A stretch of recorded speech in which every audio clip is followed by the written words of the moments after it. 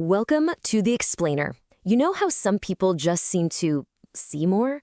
They walk into a room and instantly get the vibe. They understand what's really going on without anyone saying a word. Well, today, we're pulling back the curtain on that exact skill. We are breaking down the art of seeing what everyone else misses.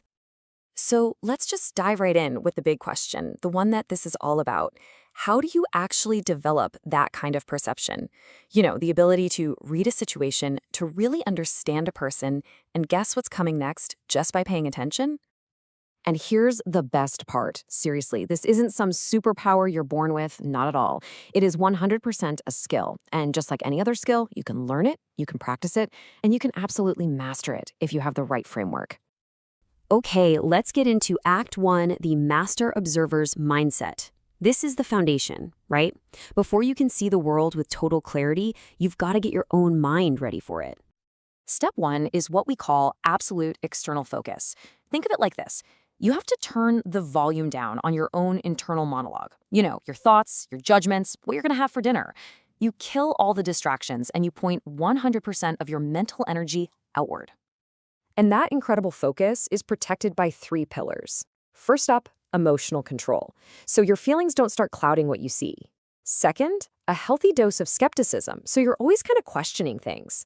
And third, and this is a big one, acknowledging your own biases. Look, we all have them, and they will twist what you see if you're not paying attention. The ultimate goal here, the real end game, is to practice this so much that it just becomes automatic. It stops being something you try to do and becomes something you just do. It needs to become as natural and as necessary as breathing. All right, on to Act 2, seeing beyond the normal. Now that your mind is clear and focused, you need a way to actually analyze what you're seeing. This is how you separate the important stuff from all the noise. So, here it is, the most crucial point, and it sounds so simple you might miss it. You absolutely cannot recognize what's weird or out of place if you don't have a rock-solid idea of what normal looks like. The abnormal only stands out when you compare it to the normal. The main technique here is called establishing a baseline. You just watch someone over time. You learn their typical patterns, how they usually talk, how they stand, how they act. That becomes your point of reference. The anomaly, the juicy, important piece of info, is any change, any deviation from that norm. This quote really just says it all, doesn't it? A snapshot of how a person is acting right now? Yeah, it's interesting, but it's not the whole story. The real gold is always in the shift, that moment their behavior changes. That changes the signal that something important just happened. Okay, so you're gathering all this data, baselines, changes, little details. How in the world do you keep it all straight? Well, a lot of master observers use this really powerful memory tool called a mind palace. You basically take a real place you know really well in your mind, and you place different facts in different spots. To remember them, you just take a mental walk. But here's the catch with the Mind Palace, or really any memory system. It is not about memorizing every little thing. No way. It's about being a ruthless editor. You have to be super selective, only storing the information that's actually useful. All that other trivial stuff is just noise, and it will hide the details that actually matter. So we've got the mindset, we have the tools, and now in our final act, strategic mastery, we get to see how it all comes together. This is where observation goes from being passive to being an active, powerful strategy you can use. Masterful communication is kind of like a dance between 2 really powerful moves. On one hand, you have active listening, and I mean really listening, catching everything from tiny facial twitches to shifts in their voice. And on the other hand, you have its opposite, strategic silence. You just stop talking.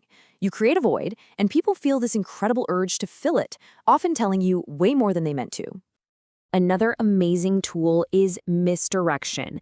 This is basically the art of controlling what people focus on. You draw all their attention to some pointless detail over here, which lets you observe or operate over there without anyone noticing. It's the classic magician's trick. Get them to look at your right hand so they never see what your left is doing. Now, this next one is subtle, but it's incredibly effective. It's about using a person's own psychological momentum. So let's say someone is super confident. You can subtly reframe that confidence to make it look like arrogance or a blind spot, using their own biggest strength to shift things in your favor. You've probably seen cold reading in movies and thought it was some kind of psychic power. Well, it's real, but it is not magic. It's just about making really general statements that are likely to be true for a lot of people, like you've been under a lot of pressure lately. Then you just watch. Their reaction, what they say, what their body does, that's what gives you the real information. So, where does all this lead? What's the final level? It's total anticipation. This is when you put everything together. By analyzing patterns and thinking moves ahead, you stop just reacting to things. You start to proactively anticipate and sometimes even shape what's going to happen next. So, we've laid it all out for you, from the mindset to the analysis to the strategy. This explainer is your playbook.